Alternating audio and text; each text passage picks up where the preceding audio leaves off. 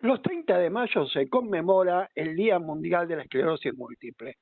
Como en otras oportunidades, vamos a ir con estos temas que probablemente necesitan muchísima más difusión y de parte nuestra tratamos de aportar nuestra granito de arena para que las instituciones puedan comunicar, puedan llegar a la población en general de sus conocimientos, sus consejos. En diálogo con la doctora Adriana Carrá, que es médica neuróloga, directora médica de esclerosis múltiple argentina. Muy buenas tardes, doctora Carrá. José Bouza le habla. ¿Qué tal? Buenas tardes, José, ¿cómo está? Muchas gracias por el contacto. No, como siempre es un gusto. Y bueno, esta conmemoración que realizan durante el año 2024, le han denominado de una forma especial, entiendo. Sí, es así. En realidad, cada 3 o 4 años se cambia lo que diríamos el enfoque hacia dónde se focaliza la conmemoración o el Día Mundial de Esclerosis Múltiple. Y a partir de este año nos orientamos hacia la importancia del diagnóstico. Lo cual es muy importante porque si tratamos de concientizar, primero tenemos que concientizar en el diagnóstico precoz y cuáles son los síntomas para que las personas puedan concurrir a la consulta, digamos, de manera rápida y llegar a un pronto diagnóstico. Siendo este intento de que cada vez se diagnostique más rápido y mejor, ¿podemos explicar lo que es la esclerosis múltiple? Sí, es una enfermedad inmunológica, es desmielinizante. Significa que por alguna razón que todavía no conocemos, los linfocitos se activan y agreden a la mielina. Para entender qué es la mielina es lo que cubre todos nuestros axones, desde el cerebro hasta los nervios más periféricos. Quiere decir que la superficie de la mielina es muy vasta y es tan vasta que eso determina que los síntomas sean tan variados. Podemos tener síntomas que son puramente de nervio óptico, síntomas que son de cerebro o síntomas que son de la médula. Por eso se le dice la enfermedad de las mil caras, porque la persona puede tener múltiples síntomas que corresponden a diferentes zonas del sistema nervioso central. Ahora, esto que se presenta, no sé si llamarle difícil de diagnosticar, ¿tiene un origen determinado? ¿Se ha descubierto? ¿Cómo está la investigación en general? Bueno, en realidad, ¿cuál es la causa determinante? Se desconoce, porque de conocerla tendríamos un target, digamos, un tratamiento súper específico que nos llevaría a la cura de la enfermedad. Sin embargo, eso hoy no lo conocemos, pero sí se ha avanzado mucho en una vieja teoría que hoy la tenemos un poco más clara, que es, por ejemplo, el impacto que tiene la infección por herpes virus desde la infancia, que es lo que produce la mononucleosis. Y lo que se ha visto en los últimos estudios de Estados Unidos y de Europa es que la población que en algún momento ha tenido esta infección tiene más riesgo en el futuro de desarrollar la enfermedad. Y aquí hay un concepto que los británicos están trabajando mucho en decir, bueno, si preventivamente podemos a la población adolescente o al adulto joven o a los niños vacunar contra este virus, quizás podemos detener que la enfermedad disminuya o que el riesgo disminuya. Eso está en investigación, pero es hacia donde tiende hoy día el conocimiento en cuanto al origen de la enfermedad. Es inmunológica. Y también lo que vemos, que como es inmunológica, muchas veces se puede asociar con otras enfermedades inmunológicas.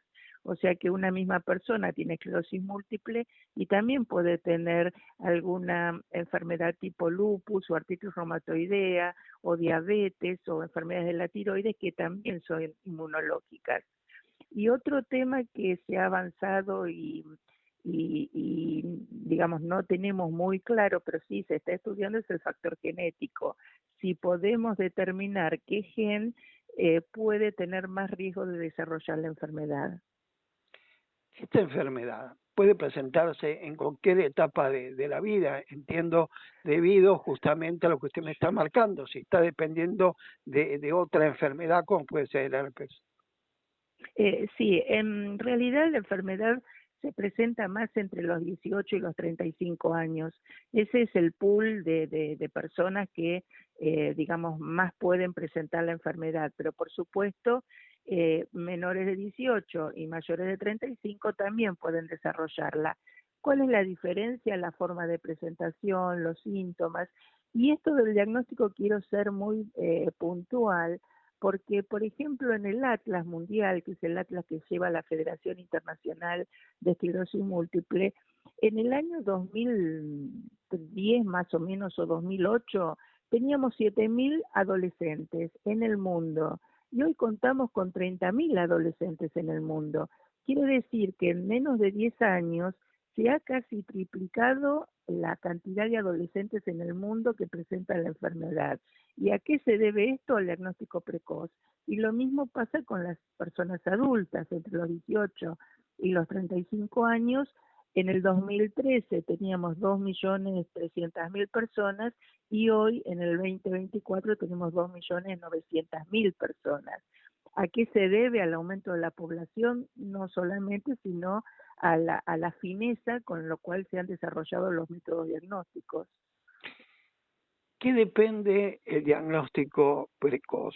¿De la vista del médico, de la preocupación del paciente, de la información en general? ¿Ustedes cómo evalúan ese aspecto? En realidad todo lo que usted ha mencionado es correcto. Primero, como son síntomas que duran muy poco tiempo, los síntomas duran más de 24 horas, pero en 2, 3 días o en una semana desaparecen, eso hace que al tener un síntoma, la persona diga, bueno, voy a sacar el turno con el clínico, con el neurólogo, con el oftalmólogo, hasta que consigue el turno ya se le fue todo. Entonces eso es lo que hace muy difícil el diagnóstico, que la persona o el médico que recibe a esta persona con este síntoma pueda pensar que si hoy no tiene nada, tuvo algo 15 días atrás y merece o amerita algún tipo de estudios. Hoy los pacientes están muy advertidos en cuanto a los síntomas y en este aspecto Internet también hace lo propio, ¿no? Porque las personas buscan, preguntan, tratan de averiguar de qué se trata la enfermedad y entonces llegan un poco más rápido al diagnóstico. Una vez que se diagnostica, ¿cuál es el tratamiento? Bueno, hay varias fases del tratamiento. Una es la fase aguda, que es la fase del síntoma que aparece, que es corticoides aquí y en cualquier parte del mundo. Se hace un ciclo de corticoides entre 3 a 5 días y ese es el tratamiento de la etapa aguda. Después hay un tratamiento que es el tratamiento de la enfermedad, es decir, ¿qué puedo recibir yo para no tener más episodios de síntomas o de brotes? Y ahí, por suerte, en Argentina tenemos disponibilidad de todos los fármacos, estamos en iguales condiciones que el resto del mundo, incluso en Latinoamérica estamos en mejor situación porque tenemos todos los fármacos para ofrecerle a la persona para su tratamiento. Después uno decide de acuerdo a la forma clínica, a la actividad, a cuántas lesiones, si quiere o no quiere planificar su familia. Bueno, uno decide cuál es la mejor opción terapéutica, pero por suerte tenemos muchas opciones para brindarle al paciente. Usted mencionó la palabra brotes. Eh, ¿Por qué siendo una patología, como usted mencionaba, que es una falta de mielina en los axones de las células nerviosas, por qué se producen brotes y no una continuidad de la patología? Bueno, se dan las dos formas. La más frecuente es que la persona tenga síntomas que van y que vienen y a través de los años la presencia de ese brote o de ese síntoma, en vez de remitir totalmente, va quedando una pequeña secuela. Eso se llama la forma clínica de brotes y remisiones. Pero también está la forma progresiva, que es el paciente que nunca tiene brotes, sino que de a poquito va perdiendo su fuerza en miembros inferiores, tiene trastornos de la marcha, algunos trastornos de memoria, va sumando síntomas y por lo tanto va sumando discapacidad. Esa es la forma progresiva, primaria progresiva, que más o menos se da entre el 10 y el 8% de la población. ¿Hay formas de tratamiento? Sí, hay formas de tratamiento, hay una sola molécula aprobada para esta forma clínica, pero también la eficacia va a depender del diagnóstico precoz en estas en esta forma. Un diagnóstico precoz puede producir una remisión o una disminución de la enfermedad. Sí, la enfermedad no tiene cura, de hecho no hay un tratamiento curativo. Sí, lo que podemos hacer es controlar la etapa que es inflamación, que es toda la presencia de los brotes, porque esto de que un brote va y viene significa que hay inflamación. Esa inflamación aparece de la mielina y esa inflamación mejora en el tiempo. A través del tiempo, esa inflamación nunca remite a la totalidad, sino que va dejando una pequeña secuela. Y eso es lo que tratamos de hacer con los tratamientos y es lo que tratamos de ofrecer, tratar de mejorar lo más que se pueda la etapa inflamatoria para tratar de retrasar la aparición de la progresión.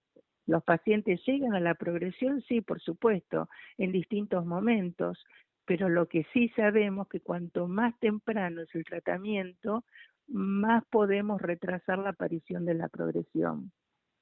¿Hay algún factor hereditario que se presente en los estudios que se han realizado?